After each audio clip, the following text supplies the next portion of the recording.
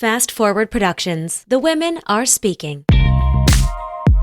Yeah, it goes back to that messaging that shame really can't bear the light. For us, it doesn't matter how many listeners we have. It's so healing to share some of this stuff, just to be able to speak it into reality. Because I can't be the only one, right? Right? Guys, I'm Guys, right. everyone in their 30s is struggling, right? Yeah, I mean, I think that's like the shared 30s experience.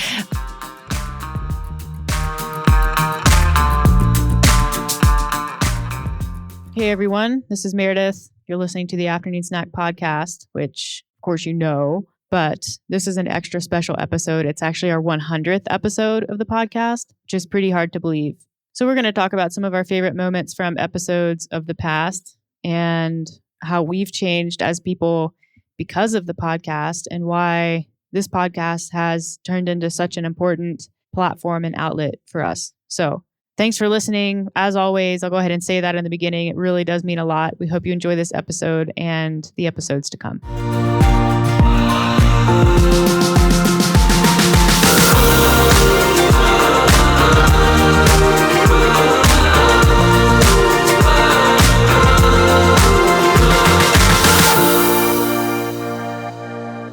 I'm so excited to announce this for our 100th episode. I know you are too. We were going to tease it on social media, but decided to make it exclusive to our listeners who have honestly hung in there for 100 episodes. I have absolutely no idea what you're talking about. Yeah, you are. Just be cool. Yeah, I am, or yeah, I do. You do. You do. We have partnered with Lexus of Calgary to give one lucky listener a Lexus. And we're going to tell you how you enter. I totally forgot about that. I know. I don't remember that at all. Yeah. Well, I set it up. Oh, okay. So you enter. You get at least 100 of your friends to leave us 5-star reviews. And you screenshot those reviews and you email them to Alex. The 100 screenshots. Yeah. And of all of the people who get their friends to leave 5-star reviews, 100 of them, we will pick one lucky winner to give a car. You're getting a car for the 100th episode. Okay. So did you ever watch Oprah's Favorite Things episodes? Yes.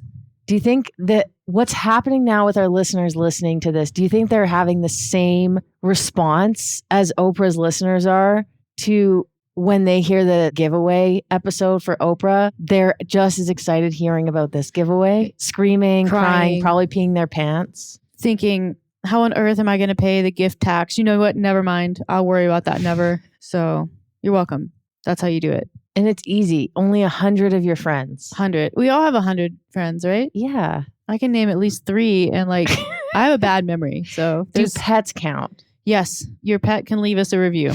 That's how you do it. The Lexus that we're going to give away is a miniature, a model car. So the fine print's important. It is a model car and they do want it back. You get to have it for a week. It's like the talking stick. You can have it, you can take it home, but you have to bring it back. You remember in elementary school sometimes? Yeah. Or trophies. Yeah. You get to keep for a year, but you have to give them back. Yeah, but we can't even get it for a year. It's a week. It's only a week. And only for people who live in Calgary. Okay. So with the number of listeners we have, we might have quite a few people to draw from. I'm thinking at least 12. If my math is correct, that's 1,200 5-star reviews. Yes. You see how it works out disproportionately to our benefit? Yeah. I like this plan. Mm-hmm. Yeah. Anyways, I'm so sorry. Completely off the cuff. We actually don't even have a miniature Lexus. I made that whole thing up. But I wanted to get people excited for this episode because it is our 100th episode. I feel like you shouldn't. Okay, Meredith, you need a lesson on humor. What you're supposed to do is not tell them it's a joke. You leave people wondering forever. Or they ask. They have to be like, okay, wait. So I've lined up 100 friends. Yeah. And now what? And you're like, oh my God. And that's the joke. That's when it really hits. Oh yeah. But I don't want to lose listeners, which this does. But then think about the material that would create for the next episode. Guys, someone actually did it. It's that's someone who is now never going to listen to your podcast again. By accident, you get more listeners. Yes. So it's that you sacrifice one. Yeah. I see. I'm a little darker than you are, but that's okay. So I thought we were going to talk about the issue that you have with me getting things done. On the weekends? on the weekends. Yes, we are going to talk about that. Now, I have this problem that has sort of like come to light in the last day where I realize like I never sleep in on the weekends, This has been a problem for most of our relationship. but I've only really identified it as a problem recently. So I guess like there are some people who it doesn't matter if it's Saturday or Sunday or Tuesday or Wednesday, they're getting up at 6 a.m. pretty much sharp. And so this has created issues for me because I like a weekend sleep in. Like I don't sleep until 9, but like also if you do, more power to you. That's wonderful. I'm proud of you. Yeah, just go ahead, sleep the day away, live your life in bed. What if people like beds? Okay. The problem is, even when I sleep into, like, I'll give you a prime example. Today, I slept in until 7:15. And actually, I woke up at like 6:50 and I said, no, Meredith, we made a commitment to ourselves to stay in bed until we see the number 7. So 7:15, I actually like properly wake up. But I don't just like wake up in a gentle way with the sun, with like birds chirping, doing my like stretch. I wake up in a panic because you're out of the bed. I start thinking, well, how long has Alex been awake? Probably since like 6. Is she working? Is she like judging me for staying in bed? Like I don't wake up calmly. I wake up legitimately panicked every single morning because you're out of bed. Yeah, and I wake up panicked every single morning because I know that there's a whole list of to-dos to get done for the day and I have to get up early to start them. I actually like going to bed. I get excited for the next day. That's why I don't like sleeping in. 'Cause it's like, wow, I think I've said this, like, I don't like going to bed. I just want the next day to come so I can get back to work on everything, on life, do my workouts, just get back to it. But don't you love sleep? I do. I get 8 hours of sleep almost on the dot every night. Try to get to bed before 10, wake up at 6. Sometimes a little earlier, sometimes like 6:30. That is enough for me. And it allows for a good solid 16 hours of productive activity. I find if I sleep in, I just lose a really important part of the day. I'm the most effective in the mornings too. Define effective. I'm just like sharper. I'm not as distracted. Yeah. The block between 6 and 9, I get a lot done. I mean, I do too. I just get up at 7. So the block from 7 to 9, except on Mondays and Fridays where we kind of rebel against work. But don't you like the feeling? I just like the feeling of like going to sleep, like Yeah. winding down, Yeah. of saying, that'll do, Meredith. That'll do. Rest. I know this about you because you're dramatic about it. You get into bed and it's not like, okay, good night. It's like, oh, God. Oh, that feels good. Oh, good night. It's like, That is Meredith literally getting into her side of the bed and like resting her head on the pillow. That's the effect. but it's because I'm so tired at the end of the day, which probably is your fault, partially. Anyways, I'm sure that dynamic exists in many people's relationship where there's one person who wakes up panicked because they have quote unquote so much to do, and the other person who wakes up panicked because their panicked partner has been up for some undefined amount of time. Maybe like my personal growth is just letting you do you and not worrying about it so much because it doesn't actually affect me outside of just we're in a relationship, but like how you want to spend your morning hours is for you. I think that is a good plan because I'm not going to change. I have been this way my whole life, even on vacation. I Yeah. feel like I need to get up early on vacation to make the most of being on vacation. When you go to Hawaii, Yeah, like get up at 5. I like Maui because you gain time, the time change. so you can get up even You earlier. You can get up at 5 and it feels like 7 or 8. I think it's a 3-hour time change. Yeah.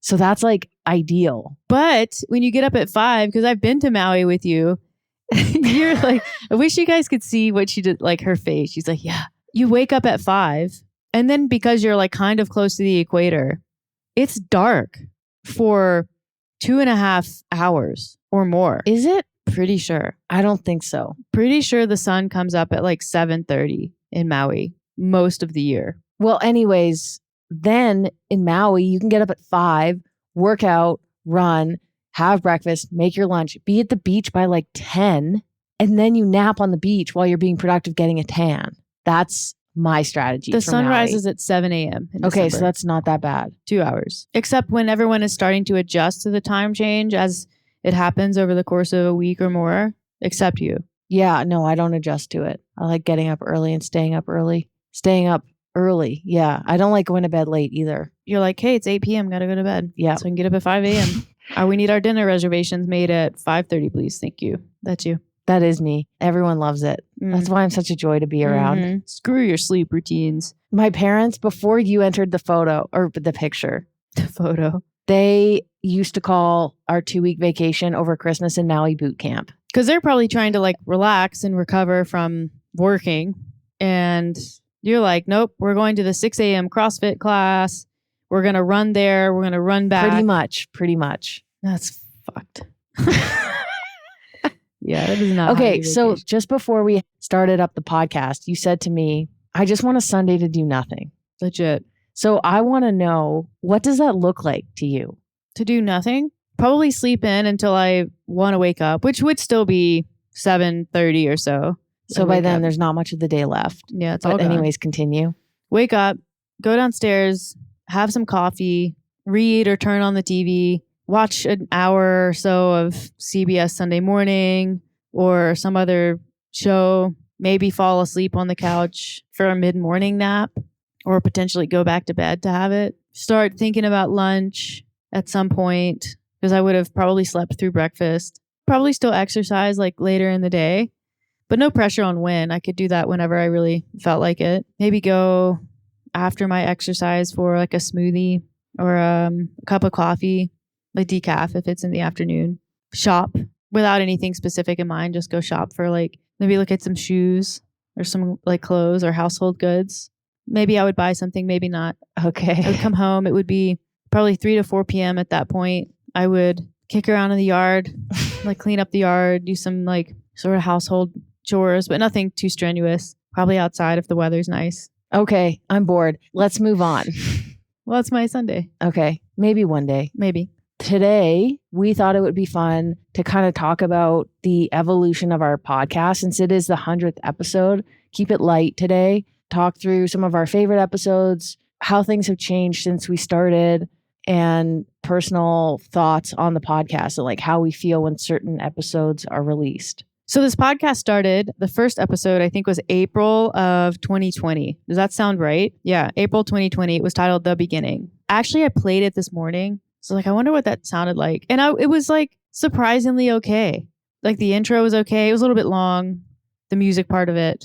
But the actual podcast was decent. I liked our original music. Which one? We had a few, You could like dance to it. like the mariachi kind Yeah. of music. Mariachi music. Yeah. But the first episode was good. And I think this is telling, especially in the early part. You may have noticed that there's no episode 2 on our podcast. It goes 1, 3, 4. So is this really the 99th episode? No, we did record a second Oh, episode. But and there's it was only 99 released. Yeah. So this is all for nothing. Alex, don't ruin it. Okay. It's the 100th episode. Just the second episode was never released. No, it was released. And, And then that- you got so panicked by it that you made me take it down. Yeah. And then I thought, well, it's there.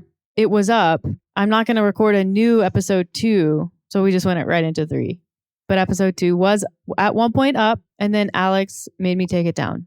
Okay. So I'm very conscientious, as you may know by now, if you're a listener. And I thought, especially starting the podcast up, I was reluctant. So every time we recorded an episode, I would listen back to it with the most critical ear. And if there was something in there that I thought could have been taken the wrong way, misperceived, or I just was like embarrassed, or I thought I sounded stupid, or I made a grammatical error, I would stamp that as like, just, you can't post that. And pretty much had a panic every time Meredith put a podcast up or every time we recorded a podcast. Accurate. And then she stopped listening to me. I did. And And just I'm like, was this is getting yeah. brutal because you would want to record it and then you would want to listen to it. And then you'd want to send it to your mom to listen Yeah. to it. And then you'd be like, I don't know if we should put it up. So eventually I was just like, I'm not doing that anymore. It's not that I don't respect your opinion, but what a waste of time.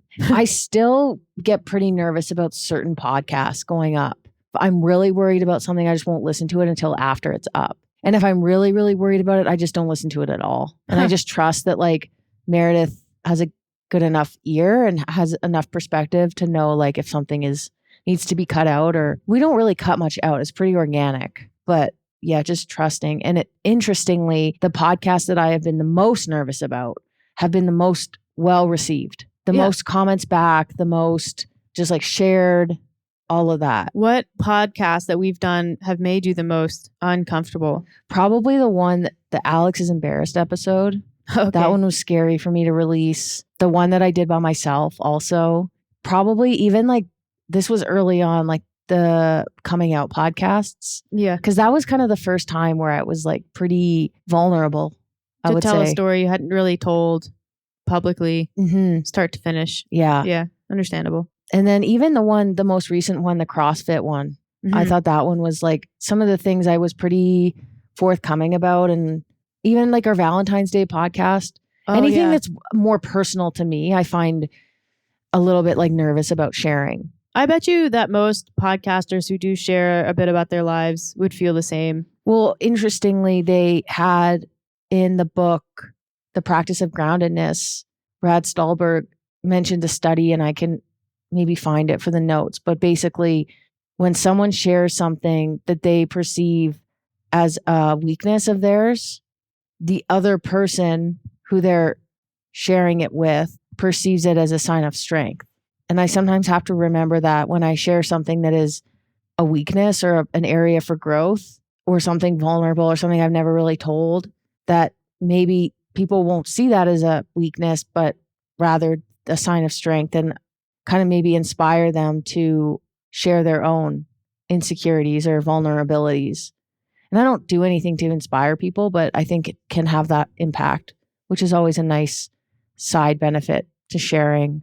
I think, especially in the age of the internet where so many people just sort of put forth their front stage selves, kind of the best version, even coaches, even people who do, they want to exist in the space to quote unquote inspire people. There's a lack of connection to people like that who only put that type of messaging out. The 2 episodes after the first one, episodes 3 and 4, were basically our coming out story. So part 1 and 2. It wasn't done for any specific reason at the time. It was like, okay, well, what do we have to talk about? At that time, I mean, that was 3 years ago. And we were still kind of developing as coaches and kind of working on what our philosophy was going to be. So really, our personal stories were kind of the most interesting thing we had, and also impactful.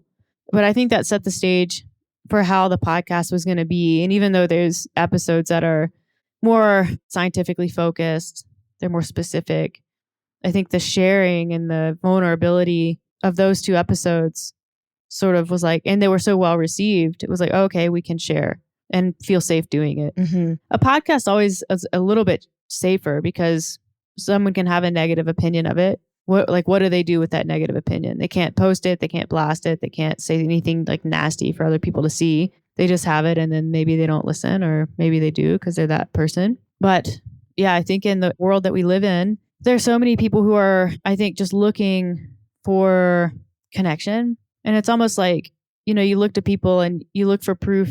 Are you grounded enough to just coexist with me? And are you vulnerable enough to do that? Like, whether you realize it or not, like sharing those parts of your life that make you uncomfortable just to release the episode is what allows people to connect with you as a person. It's like hard to put your finger on what that is, like verbally. It's intangible. It's hard to describe, but I think that's what that is. You have someone who's both inspiring in the way that they live their lives and what their values are and the things that they say and how they hold themselves out. But you're like, oh, this person is also a human being and they struggle and they're not perfect and they don't pretend to be perfect. I think that's rare. I mean, I definitely have feelings about certain things that are said, but as far as like posting episodes, I kind of just want to get it out there because I think for so long, for me anyways, I wanted to see myself reflected back at me. Like I didn't have that. What does that mean? Like other people, both literally in my life, but online, just like people living a life and saying things that resonated with me as a human being. Like we didn't have the same amount of role models as straight kids. Yeah. As non-other people. Yeah. And this isn't the reason why we do this or where the idea came from. But as you know, we're big fans of Brandi Carlile, and we have other, I guess, celebrity fans of other people.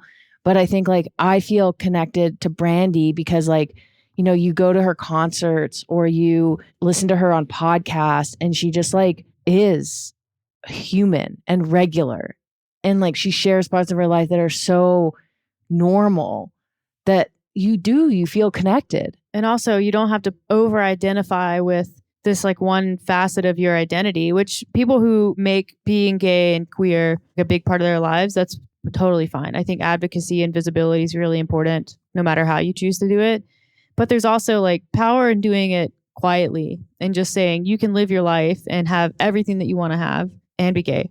And this is what it can look like. Yeah, I think natural, just like human sharing is nice. And you get that more so with podcasts. And I think you do just general social media. It makes you feel like connected in a way and safer and encouraged to like open up and share and connect with other people in your life. Yeah. So, I mean, how many people, and not even just about like being gay or queer or trans, how many people have reached out and just like thanked you for sharing?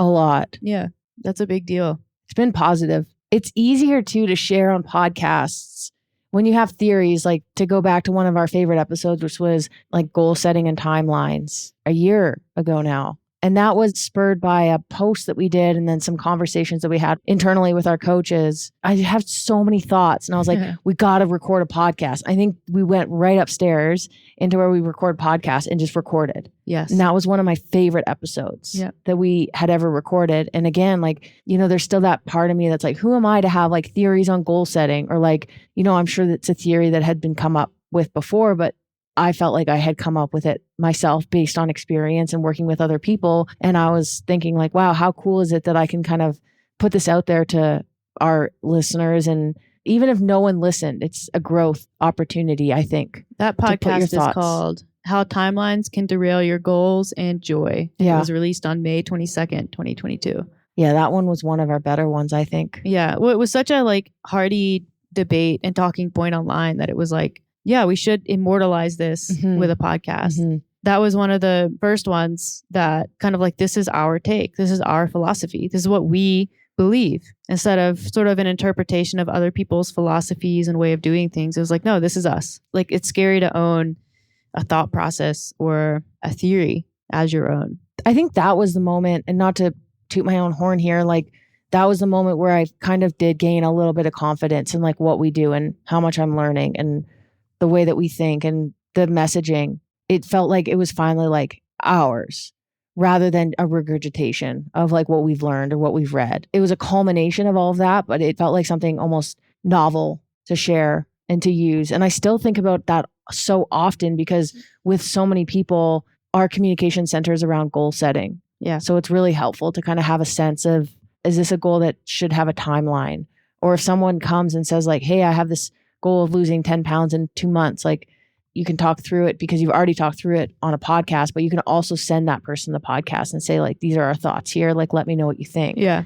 Yeah. That was definitely one of my favorite episodes. It really speaks to kind of how we operate as a business. I mean, there's never been a timeline. I think a lot of people set out to grow their business at a specific rate or achieve certain milestones. Number one, I don't think we've ever set that goal. And number two, we've certainly never put a timeline on anything except for like things that actually need to happen on like a specific point in the calendar. But it's funny, we get occasionally a question on how did you get your business to where it is? Or how did you figure this out? How did you grow so much? And like the honest answer is like, we didn't try to do it. We just did what we did. We grow our client base, grew our coaching team, put out good information for free on a couple different channels, and just have fun with like sharing our perspective and our views. That's what does it. And then you just have to be patient and consistent. And we've, again, talked about this before on trusting the process and letting the results be the results. It's something that we preach to so many of our clients because so many of our clients have body composition, weight loss, health, performance goals. These goals take time, just like growing a business takes time, just like starting a career and like building that takes time. I truly think that even though we may not have weight loss goals or body composition goals at this point in our life, like, yes, I have performance goals, but I think we practice what we preach in the business sense. It's like, okay, this week we didn't have growth, just like this week I didn't lose weight, but that's not going to change anything for this next week. We're going to keep doing what we do because we trust that it will work, even though the results weren't instant this week or reflective. It's the same thing with like, we never set out with the goal of making a certain amount of money or having a certain number of clients because you can't control that. You have to focus on what you can control, what you can do on a daily basis. we've seen this firsthand not work in the business sense. We have people working for us who are so consumed with making a certain amount of money or having a certain number of clients, and they lose sight on actually just doing the job well and focusing on what they can to be a better coach, that they don't even get the end result. Just like when you focus so hard on losing a certain number of pounds or lifting a certain amount of weight, like you lose sight of what you need to be doing on the daily basis, and you end up not achieving that goal or going backwards or like staying in the same spot. And it reinforces that messaging that you have to just keep going. And if over the course of 2, 3, 6 months, even a year, you look back and you're like, we're not growing, like this is enough time to make a conclusion, well, let's change course. Yeah. But you give it an amount of time first to see if it does work. And explore broadly, like work in different areas with different types of people. And we work with all types of people really, but we did position ourselves as like a performance nutrition company for a long time. Like we were kind of looking at athletes and people who were holding themselves as athletes, and then found that we actually work better with and get more fulfillment out of working with non-athletes. Non-athletes, people still have athletic goals and exercise and things like that, but more recreational, more like in a way that needs to fit in with other obligations and values, and is just one piece of the puzzle for people. We wouldn't have figured that out without first exploring more broadly different avenues in which we could work. And then same thing with where do we want to be sharing our information? We've done it all. We've had Instagram, we had Facebook community, YouTube, email list. We've done it all. And for us, like what the biggest bang for our buck at the moment is Instagram. And we narrowed our focus to that, where other companies and other people may have better luck and figured out that they like working on like the Facebook space or on YouTube. It's like, how do we really push the issue with YouTube? I don't think then we would be where we are right now. I think it would have been too distracting. And obviously the podcast, hello. Yeah. The podcast has been fun. What do you think is the funniest podcast that we've done? A lot of them have sort of sections. We'll call them acts, like a play. What do you think's the funniest little section of a podcast that we've ever recorded? Most recently, the debacles of the trip to North Carolina with the panties and all that was kind of funny. But then I think one of our most hilarious episodes, and probably just because I was uncontrollably laughing, and it was before we had producers who probably would have been like, we got to cut that out. I think it was like 2 or 3 minutes of me straight laughing, not even being able to talk. That it was when we went to Jasper for the symphony, and it was our social anxiety episode where we couldn't find places to sit at dinner. Yep. And that's like having an embarrassing moment while recording a podcast, just like recalling that story. But if you want to listen to that, it is actually quite funny. It's episode 46. That was October 20th, 2021. And it's, I think, around 15 minutes in, we're sort of telling this story about trying to find somewhere to sit in a ballroom at like a kind of a wedding venue type place right after they had lifted a lot of the restrictions from COVID. So we just didn't really know how to behave ourselves. It's funny though. We can blame COVID, but really, we just didn't know how to behave ourselves. Yeah. That one we listened to this morning, and it's like, I know that story. I've heard it. And even still, I was just sitting at the table, like cackling, laughing so hard. Yeah. I like that one. For sure. And then when you recorded the one by yourself, that was pretty hilarious, I think, and very not off brand, but not within our pattern of recording behavior. There are just moments in time, and they happen like maybe every 6 to 12 months where I'm like, I need to write all of these like ideas that I have down. The most recent was that email about radical acceptance, or like the idea to do my own podcasts. I really like those moments, but I do find that just because the business is very demanding, it's hard for me to kind of get into that creative mindset sometimes. Yeah. But when an idea comes to me and I have a few hours to write, it's so fulfilling. And it's so cool that I have a platform to share it on, whether it's the podcast or the email list or that sort of thing. And I'm really grateful for that. Enough people care and follow along that you can be like, hey guys, check this out. And it's just different than Instagram. Like sharing on an email list or a podcast is different. I think the one that we got the most, I'm not going to say the most feedback, because that radical acceptance episode got a lot of listens and shares and feedback. And that was probably one of our better episodes. Self-love. Yeah. Which is so funny because it was supposed to be quite a lighthearted podcast. And then it ended up getting quite heavy, I guess. Not heavy in a bad way, just like full of nuggets. But before that one, the Valentine's Day episodes, which were a 2-parter, parts 1 and 2, where we talk about conflict. Mm-hmm. That one, I think, was a pretty powerful episode, impactful, and quite candid. It's like, wait, you're talking about this? Yeah, I think that one came at the right time because had we tried to talk through that like 2 years ago, I don't think we would have known what to say because we didn't have an understanding of our dynamic. No. And it probably would have been like, yeah, we fight about this and this is what happens. Whereas like now it's like, this is kind of why we fight. This is what happens and this is why. Because we've been to therapy and we've had help learning to understand each other. Yeah. And enough curiosity to like want to understand not only each other, but like yourself in a way that makes you a better person, I guess. And just recording those episodes and getting the feedback that we did get and then hearing about other people in their relationship. Like I feel really lucky, even though there's a lot of facets of our relationship that are still very difficult, specifically with conflict and what we're both kind of working on.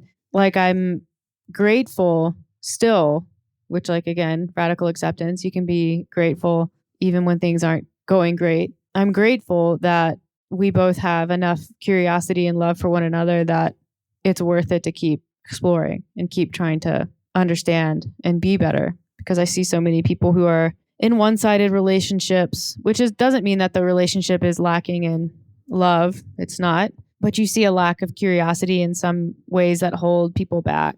And it's like your relationship could be even better if both people or one person would demonstrate a little bit more openness and curiosity about themselves. But I also understand not everyone is like in a place mentally to do that kind of work because it's really hard. Probably the hardest work that there is to do, which I've decided is just what your 30s are for. I know. I was just thinking that. We were talking the other day and it was like, why for both of us did we get to kind of our early 30s? And I don't want to sound dramatic here, but like shit kind of hits the fan.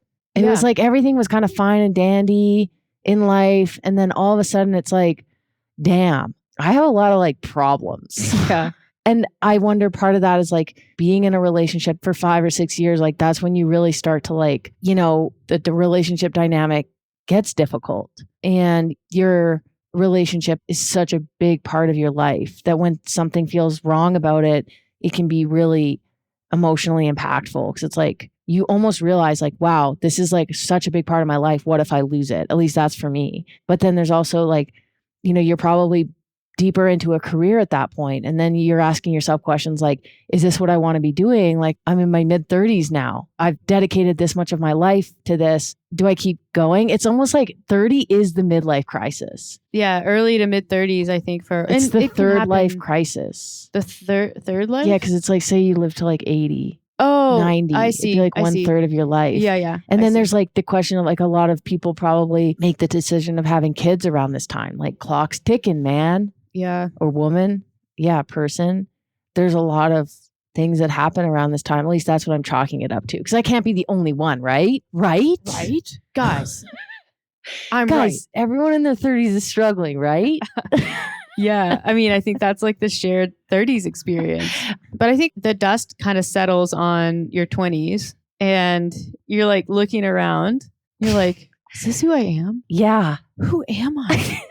You know? And so it's maybe your 20s are just a little bit more distracting with the things that you're doing, the experiences that you're having, good and bad. And I think for me anyways, it took me until like this year and I'm still in definitely the shit to be able to like look at myself and even begin to understand how this has happened.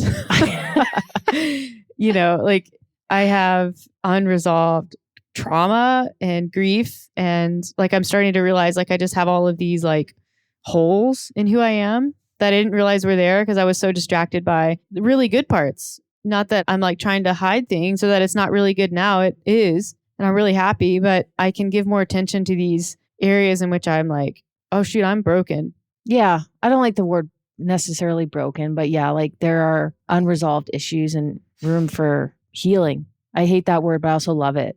So yeah, like as an example, like probably very similar to you, like when I lost my sister, I was 23, I think 22. And it was like, all right, go back to school. Got to do your senior year. And then right after that, I was like, okay, let's like, yeah, I took a year off, but it was like, okay, now I've found CrossFit. So like I was totally invested in CrossFit. And law school. And then it's like, okay, now we can go to law school. Like now that I have a partner, I have a career that I'm genuinely just loving. I have like a house. I don't have those things that I'm like striving for. It's not like the next year, that like a new group of friends, like the next, it's like, and now it's like the volcano's kind of rumbling again. Oh, okay. And Yeah. it's kind of like, hey, Alex, like, you know, you had a lot of trauma from when your sister died or like whatever that is. Like you never really dealt with it. Yeah. And also, And like you're not saying that always is something you have to like go back and deal with, but it does play a role in kind of like how you develop some of that stuff or even farther back, or like you just start noticing. Yeah. Like you're in a place where you can't really run from it. And maybe you don't want to, or maybe you do. I don't know. But I'm kind of like, I think there's growth in not running from it, just kind of sitting with it and letting myself feel certain things that I haven't felt. And I don't even know how to articulate because I haven't had enough therapy sessions. Yeah. And again, like I'm really grateful that I know some people come from a much more traumatic background than I have and have kids and responsibilities, and they have a life where they don't get to dedicate a lot of time or bandwidth or energy into like beginning to understand themselves. So again, like, is it uncomfortable? Yeah. Like, do I wake up some days and not feel like myself? I do.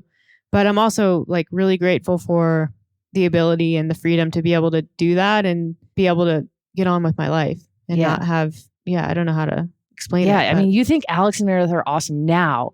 Just wait for Alex and Meredith in like 4 or 5 years. Oh my God, when we're like fully realized. Oh my gosh. You have And no like we're idea. just floating. There's nothing weighing us down. I know that that's a little bit of a magical thinking probably, but I do think, to go back to the podcast, because this is really the topic, like podcasts, I'm not a huge podcast person. And this might just be my perception on like who I follow and who I follow on Instagram and that sort of thing. But I do find that podcasts have helped me realize a lot of this, like finding like Rich Roll and some of the people that he has on. Like it's so vulnerable. It's so raw, some of his guests. And I'm like, wow, this is amazing. Like I think I listened to even Armchair Expert with Bradley Cooper. I was like, Yeah. holy moly, like Bradley Cooper is talking about his life like this. Like that's amazing. Like it's inspiring. It makes you not feel alone. It makes you realize like, hey, there can be a lot more to life if you just stop for a second and like look at what could be improved upon and like who you are as a person. And if you're happy with who you are.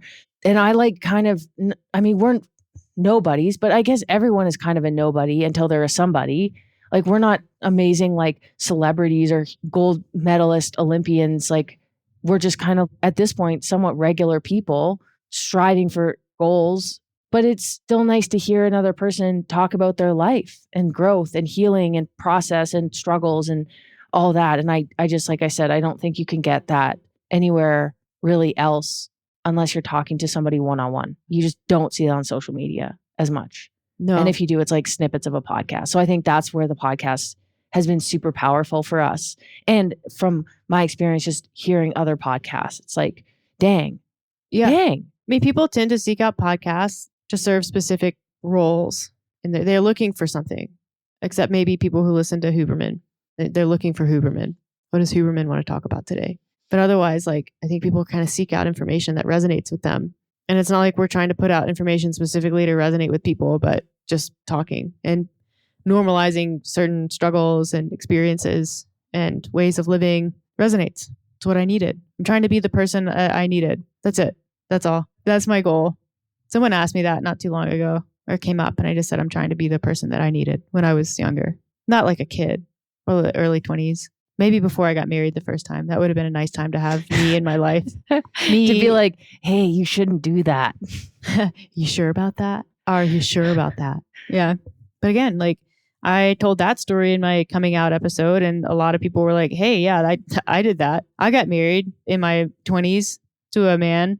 I was gay. I knew I was gay and I did it anyways. It's common. It helps to hear. Yeah. It helped me to hear that, to have people message me, because I put that out there and I always feel like kind of an idiot when I'm like, I just feel like I get judged for that specifically. People are like, no, that's very common. Yeah. It goes back to that messaging that shame really can't bear the light. And it's like, for us, it doesn't matter how many listeners we have. It's so healing to share some of this stuff, just to be able to speak it into reality. Shame is like a mushroom.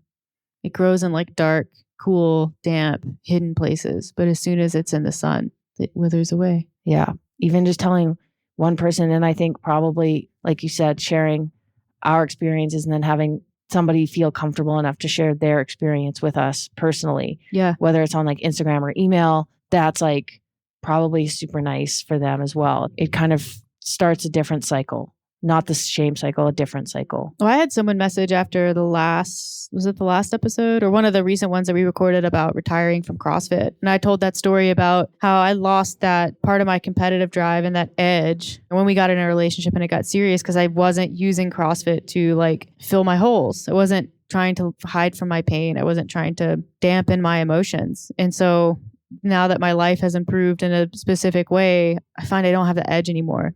And someone messaged and said it was a shared experience, but they hadn't been able to verbalize it. And so I thought that was pretty amazing feedback to hear. Because I'm sure, like I was for a long time, I was just confused and I was kind of mad at myself. It was like I wanted it, but I also knew for some reason I wasn't going to be able to get it back, at least not for the same reasons, not through that channel. Like that door closed to me. I always appreciate when people message that a specific part in a podcast was impactful because it's like, it helps me to know that it's not just me who's having an experience, which I know there's like billions of people. I know it can't be just me, but sometimes it just feels like it's. Oh, 100%. Sometimes Yeah. it feels like it's just you. Yeah, often it does. It's very easy to feel alone in today's society in so many respects. Yeah. It's funny how many of the notes that I get or that we get start with like people apologizing for sending a note or saying, I don't normally do this, or I hope it's okay that I share this feedback. And I'm like, 100% share it. Like, I don't care if we get so big that getting thousands of DMs a week on our podcast, like share it. Yeah. Let us know. It's like, number one, probably like it's helpful to get it out and type out your experience, but also like selfishly, it normalizes things for us. Yeah. I've actually gotten into the habit. I mean, I obviously don't share like every aspect of my life or my struggles, and it will come with time. Like you can share more and more as you process it yourself. But it's like, I've experienced so many benefits and seen the value in opening up to people that sometimes I share something with someone and after I'm like, oh, should I have done that? Like I want to make a connection. And I don't like talking about myself a lot, but sometimes I'll just say like, we'll be talking to like a new couple and I'll be like, oh yeah, Meredith and I argue about that quite a bit. Yeah. And it's like, well, that's not something you normally hear from people. No. Yeah. But is there anything wrong with that? I don't think so. And I think normalizing that, even if it can make someone even a slightly uncomfortable, it's like, you don't need to make a big deal about it. I feel like we are hopefully pushing people to do more of that because I think it's important. Yeah, I think so too. It's kind of marking a change in our business and the way that and like I felt this for a long time. Like on one hand, we're a science-based nutrition company and we still do a lot of that. But on the other hand, we're kind of just becoming more of a coaching company. And so there's this interesting mix on the podcast, on our social media platforms. I wouldn't call it like an identity crisis for our brand, but it's definitely things are shifting more towards behavior change and general coaching and away from very nuanced and granular nutrition information. Oh, absolutely. So I don't know if like where we're going long term is to just like make that switch eventually and coach people on their nutrition while coaching behavior and mindset and other things. But yeah, it's been an interesting and kind of slow pivot that we've been experiencing. Which I like. I want to be coaching for a long time and involved in this space for a long time. And one of the best things about owning your own business and being in charge is that you control the trajectory of where it goes. And that's like ultimately why we started Tactic back in 2018 was to be in control of the messaging, in control of the trajectory, and be able to take it where we want to go, whether that's performance nutrition or corporate wellness or more lifestyle coaching. We can do whatever we want, or we can do all of it, which is what we're doing now. Yeah. And having a team of coaches helps with that as well. Cause, somebody might sign on and be like, I really like the podcast. I like the messaging. I need someone who's going to coach me on mindset. It's like, okay, so you might be a better match for, I don't know, Meredith. And then you have Lindsay who like, of course she can coach all of that because she learns and she reads, but like maybe she or Marissa or one of our other coaches might be like, they're more interested in the science. So if you're a client that's like, I really want to hone in on my nutrition, I want to understand like the impacts it's having on my body, then maybe you go with a different coach. Yeah. So that's like it just expands what we can offer. Yeah. For sure. Also, I just want to make note, like we've also had almost all of our coaches now on the podcast, only Yeah. a few more to go. And that has been awesome as I well. love this. They're like my favorite episodes I to know. record. I'm And so Lindsay's excited. kind of making more of a showing. She always brings like a ton of information. Yeah, it's just been so great to kind of showcase so many different parts of us, Tactic. You can wear We many have some hats. freaking awesome episodes coming up. Oh yeah, it's gonna be so. I mean, not that we're not gonna spoil it, but No. it's gonna be really cool. The summer is gonna be really fun, and yeah, I guess this is probably a good place to just take a moment to appreciate everyone who has listened since the beginning, or even since the middle, or maybe you're just getting into our podcast. It means a lot. Like every single listen, every single comment, even the emojis that Alex hates. Like it's awesome to hear that you're listening and that you like the episodes. It means a lot to have your support. And yeah, it's been a really great time for us. Mm-hmm. Yeah. And I don't know if we'd be doing it if we had 0 listeners, but it's a definite perk to have so many. So thank you. You're welcome. Alex, I was looking at you when I was saying that, and I was thinking to myself, I'm going to say thank you, and she's going to say you're welcome. And then right on cue, that's exactly what you did. But wouldn't have it any other way, for sure. How do you want to sign off here, Alex? I think just with, I think you did it. Thank you. Thank you. Thank you. Having a platform to share and open has been a huge growth opportunity for us. And we hope that listening and putting some of our actions, behaviors, advice to practice in your life has made your experience more positive, even if very small. Are you getting watery again? A little. Yeah, I thought so. It's okay. Yeah. Because it means something. All right. Well, thank you. Like, subscribe, share, and definitely stay tuned in the coming weeks for the episodes we have coming up because they're going to be the bomb. Over and out.